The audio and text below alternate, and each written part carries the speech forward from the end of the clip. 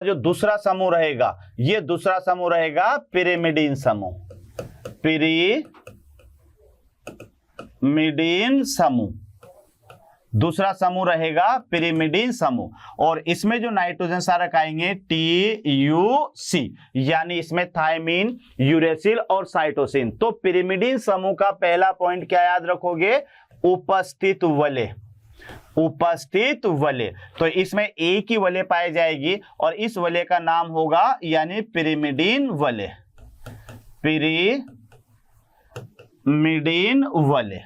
और ये जो पिरिमिडीन वलय है बेटे, ये मोनोसाइक्लिक है, मोनोसाइक्लिक और एक ही चक्रीय है। और ये वलय आपको इस तरह से देखने को मिलेगी, नाइट्रोजन,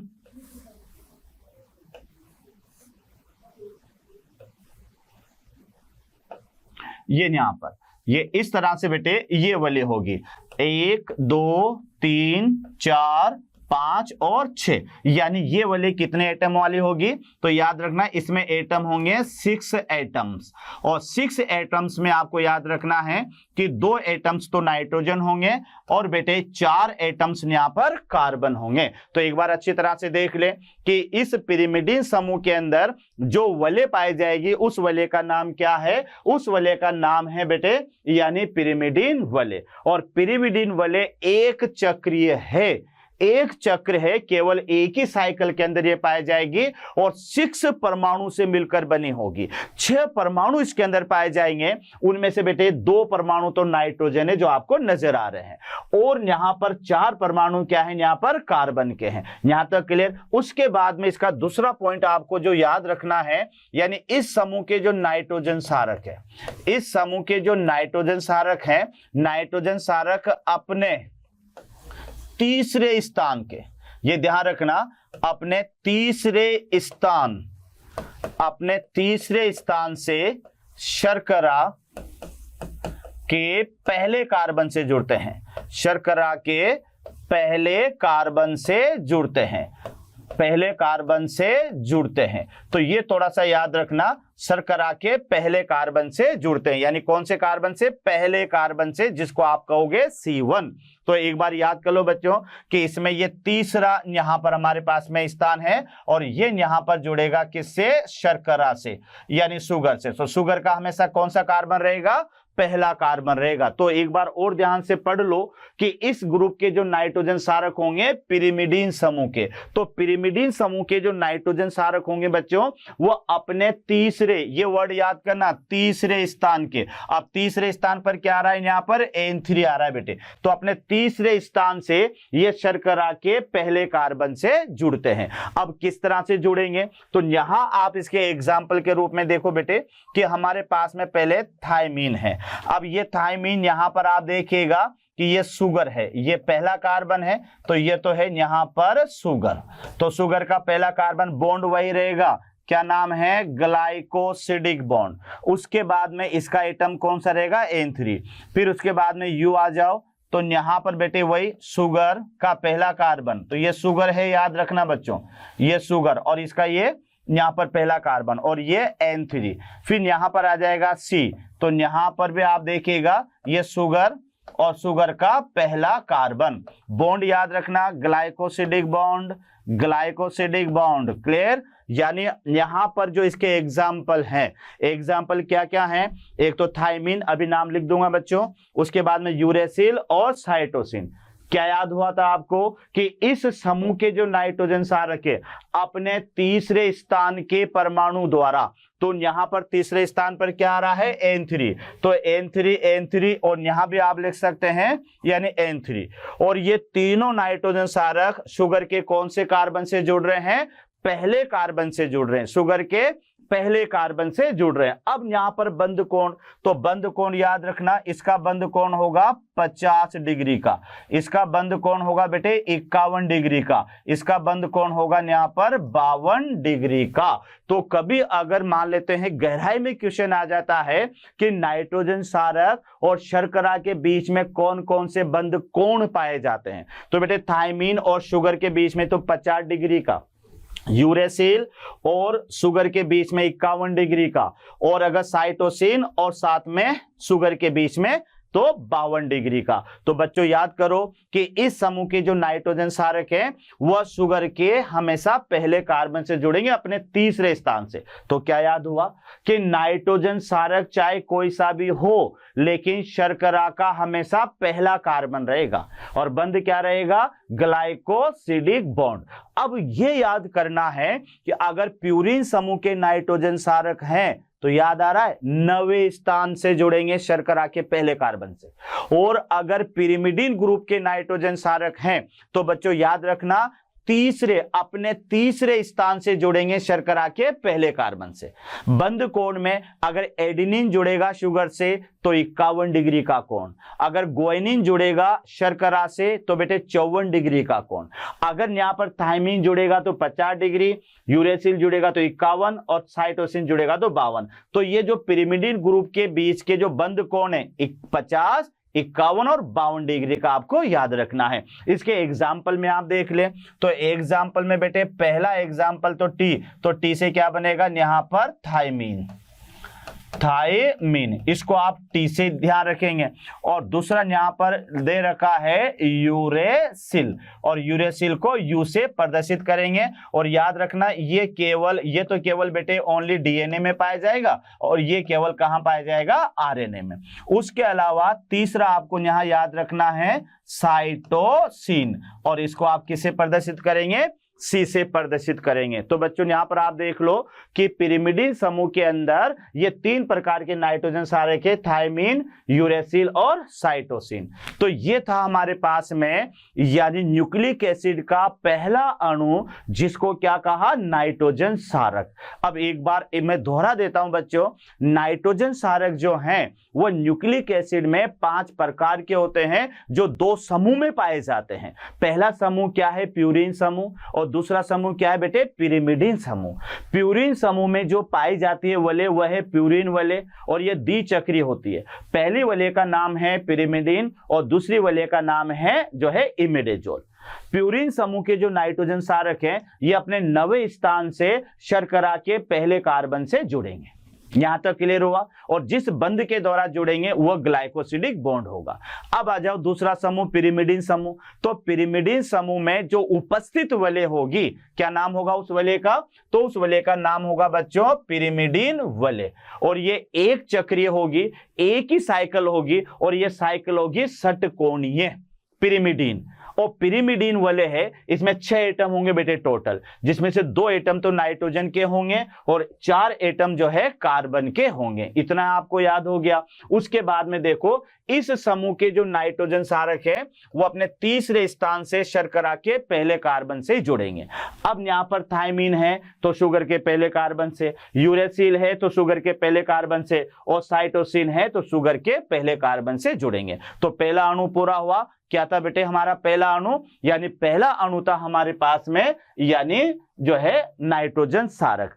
इसमें अब दूसरा अणु की ओर आगे बढ़ते हैं अपन, और दूसरा अणु होगा इसके अंदर नंबर 2 अणु जो होगा, और 2 अणु यहां पर होगा शुगर यानी शर्करा, शुगर यानी शर्करा। तो आइएगा बच्चों ये शुगर किस रूप में होती है और कैसी होती है वो अपन देखते हैं। तो यहां पर जो इसमें शुगर पाई जाती है बेटे न्यूक्लिक एसिड के अंदर, तो ये शुगर एक तो कैसी होती है, पेंटोज होती है, पेंटोज। ये याद रखना कैसे शर्करा होगी, पेंटोज शर्करा। और पेंटोज शर्करा में भी याद रखना बेटे ये होगी एल्डोज शुगर, एल्डोज शर्करा। यानी 2 आपको पॉइंट याद रखना है कि एक तो ये 5 कार्बन वाली होगी, ये ध्यान रखना इसमें 5 कार्बन होंगे, और इसमें जो समूह होगा वह कैसा होगा बेटे, एल्डिहाइड समूह होगा। यानी यहां पर आप देखो कि यहां जो शुगर होगी ये शुगर कैसी होगी, यानी इसके अंदर होगा एल्डिहाइड समूह CHO।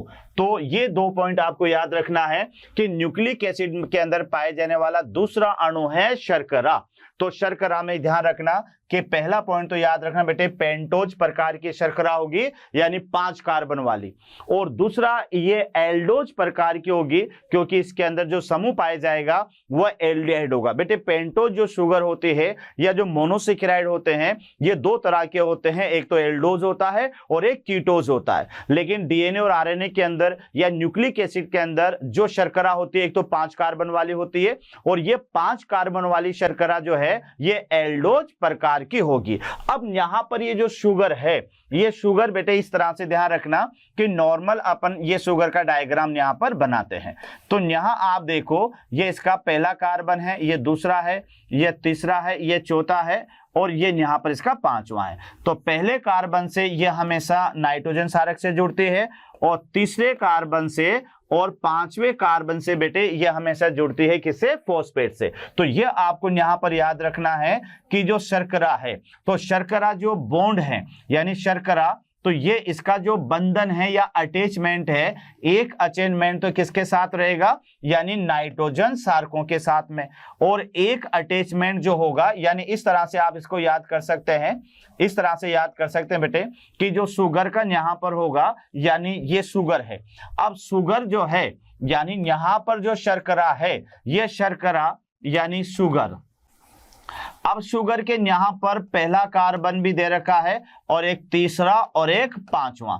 तो पहले कार्बन से हमेशा ये किससे जुड़ेगी? नाइट्रोजन क्षारक से। याद आ रहा है ना कि नाइट्रोजन क्षारक चाहे कैसा भी हो, लेकिन शर्करा का हमेशा पहला कार्बन रहेगा। तो पहला कार्बन रहेगा, और बंध का नाम क्या होगा? तो बंध का नाम होगा glycosidic, glycosidic bond, glycosidic bond. और दूसरा यहां पर ये जुड़ेगी बेटे किससे? यानी फॉस्फेट से। तो आप देखो कि इसका तीसरा कार्बन और इसका 5वां कार्बन ये जुड़ेगा फॉस्फेट से, और नाम होगा फोस्फोडाइएस्टर, फोस्फोडाइएस्टर बॉन्ड। तो ये आपको इसका अटैचमेंट याद रखना है, यानी शुगर का जो अटैचमेंट है, इसका जो अटैचमेंट है बेटे वह एक तो इसका कार्बन है पहला कार्बन, तो पहला कार्बन हमेशा नाइट्रोजन क्षारक से जुड़ेगा, और इसका तीसरा और जो 5वां कार्बन है यह हमेशा किससे जुड़ेगा? फॉस्फेट से जुड़ेगा। यहां तक क्लियर? तो ये तो इसका पहला पॉइंट याद रखना। और न्यूक्लिक एसिड में ये शर्करा होती है, ये होती है बेटे 2 प्रकार की, यानी शुगर जो है ये 2 प्रकार की होगी। उसमें पहली शुगर यहां पर लेंगे अपन, तो पहली शुगर का नाम होगा राइबोज शुगर, यानी पहली शर्करा क्या होगी? राइबोज शर्करा। और राइबोज शर्करा का जो सूत्र बनेगा, जो आणविक सूत्र होगा, ये होगा C5 और बेटे H10 और होगा O5। तो इसका मतलब ये हुआ कि इसमें हाइड्रोजन और जो साथ में ऑक्सीजन, हाइड्रोजन और ऑक्सीजन ये 2:1 का पालन करेंगे। तो ये यहां पर आपको याद रखना है कि पहली शर्करा कौन सी है? राइबोज शर्करा। और राइबोज शर्करा का जो आणविक सूत्र है C5H10 और O5, और इसमें हाइड्रोजन और ऑक्सीजन, हाइड्रोजन और ऑक्सीजन का जो अनुपात आएगा ये 2:1 आएगा। इसका जो सूत्र होगा बेटे, यानी इसका जो फॉर्मूला बनेगा, इसका जो सूत्र बनेगा, ये सूत्र इस तरह से बनेगा, याद रखना कि ये शुगर है और यहां पर ये पेंटोज प्रकार की एक वलय है। इसमें पहला कार्बन है, तो पहले कार्बन पर ये आपको याद रखना है H, उसके अलावा बेटे यहाँ पर H और ये OH, यहाँ पर भी आपको याद रखना है H और OH, और यहाँ आपको याद रखना है यानी CH2OH और साथ में यहाँ पर H। तो ये इसका एक फॉर्मूला है जो आपको याद रखना है। 5 कार्बन वाली शर्करा है, ये इसमें पहला कार्बन, दूसरा कार्बन, तीसरा कार्बन, चौथा कार्बन और ये यहाँ पर 5वां कार्बन। तो बच्चों इस शर्करा जो है उसमें पहला प्रकार है, या न्यूक्लिक एसिड में 2 प्रकार की शर्कराएं होती है, और पहली शर्करा का नाम है राइबोज शुगर। राइबोज शुगर का जो सूत्र है, फॉर्मूला है C5H10O5, यानी इसमें हाइड्रोजन और ऑक्सीजन में 2:1 का पालन होता है। इसका सूत्र आपको यहां से याद रखना है, ये राइबोज का सूत्र है। और इसके एग्जाम्पल यानी ये जो पाई जाती है, ये पाई जाती है RNA है, ATP है, NADP वहां पर ये मिलती है, लेकिन मुख्य उदाहरण आपको याद रखना है कि ये RNA में पाई जाती है। तो बच्चों शुगर शुगर कौन सी होगी न्यूक्लिक एसिड में? पेंटोज प्रकार की। पेंटोज में भी कौन सी होगी? एल्डोज प्रकार की। उसके बाद में ये शुगर का एक सामान्य फॉर्मूला है, तो शुगर अपने पहले कार्बन से हमेशा किससे जुड़ेगी? नाइट्रोजन सार्को से। बॉन्ड का नाम क्या होगा? Glycosidic bond. ये अपने तीसरे कार्बन से और अपने पांचवें कार्बन से किससे जुड़ेगी बेटे? यानी फॉस्फेट से। बॉन्ड का नाम होगा फॉस्फोडाइएस्टर बॉन्ड। तो ये आपको यहाँ याद रखना है। और पहली शर्करा, दो प्रकार की शर्करा न्यूक्लिक एसिड में पाई जाएगी। तो पहली शर्करा का नाम है राइबोज। ये फॉर्मूला है जिसमें हाइड्रोजन और ऑक्सीजन में 2:1 का पालन होता है, और ये इसका वलय सूत्र है जो आपको याद रखना है। उसके बाद में इसका एग्जाम्पल है आरएनए। दूसरी शर्करा जो इसके अंदर होगी बेटे, यानी सेकेंड टाइप की जो शर्करा होगी, ये होगी हमारे पास में डीऑक्सीराइबोज। डीऑक्सीराइबोज। अगली जो शर्करा होगी ये डीऑक्सीराइबोज होगी। अब ये जो डीऑक्सीराइबोज है, इसका सूत्र आपको याद रखना है C5 यानी H10 और O4। तो बच्चों यहां आपको याद रखना है कि इसमें हाइड्रोजन और अनुपात ऑक्सीजन में 2:1 का पालन बोलो तो जवाब होगा नहीं, क्योंकि यहां पर हाइड्रोजन तो कितना आ रहा है? 10 और ऑक्सीजन कितनी आ रही है? 4। तो बेटे यहां पर 2:1 का पालन नहीं हो रहा। तो ये थोड़ा सा आपको याद रखना है कि हाइड्रोजन और ऑक्सीजन में 2:1 का पालन नहीं हो रहा। तो बताओ कैसे? तो इसका जो फॉर्मूला बनेगा, इसका जो बेटे सूत्र बनेगा, ये सूत्र आपको ऐसे याद रखना है कि यहां पर ये इस तरह से अपन इसका फॉर्मूला बनाते हैं। ठीक है, तो यहां पर ये तो वही पहला कार्बन है, तो पहले कार्बन पर तो वही OH और H आप याद रखेंगे। ये पहला कार्बन है, ये इसका दूसरा कार्बन है, ये तीसरा है। ये ध्यान रखना बेटे, ये तीसरा है। यहां आपको याद रखना है H और H। यहां मैं स्टार लगा रहा हूं, इस जगह पर रहेगा H और OH, और यहां इसका सेम वही बनेगा C5 और ये CH2 यहां पर आप बना सकते हैं। तो इसका जो फॉर्मूला है, ये फॉर्मूला होगा CH2OH, यानी ये जो फॉर्मूला बनेगा यहां पर, ये बनेगा CH2OH। क्लियर? और यहां आपको इधर यहां पर हो जाएगा H। अब यहां पर क्या है, ये जो डीऑक्सीराइबोज है, ये राइबोज से डिफरेंट क्यों है? तो इस जगह पर फोकस करो बेटे, यानी सेकंड कार्बन पर या दूसरे कार्बन पर, सेकंड कार्बन पर, यहां आपको याद रखना है सेकंड कार्बन पर एक ऑक्सीजन परमाणु की कमी, एक ऑक्सीजन परमाणु की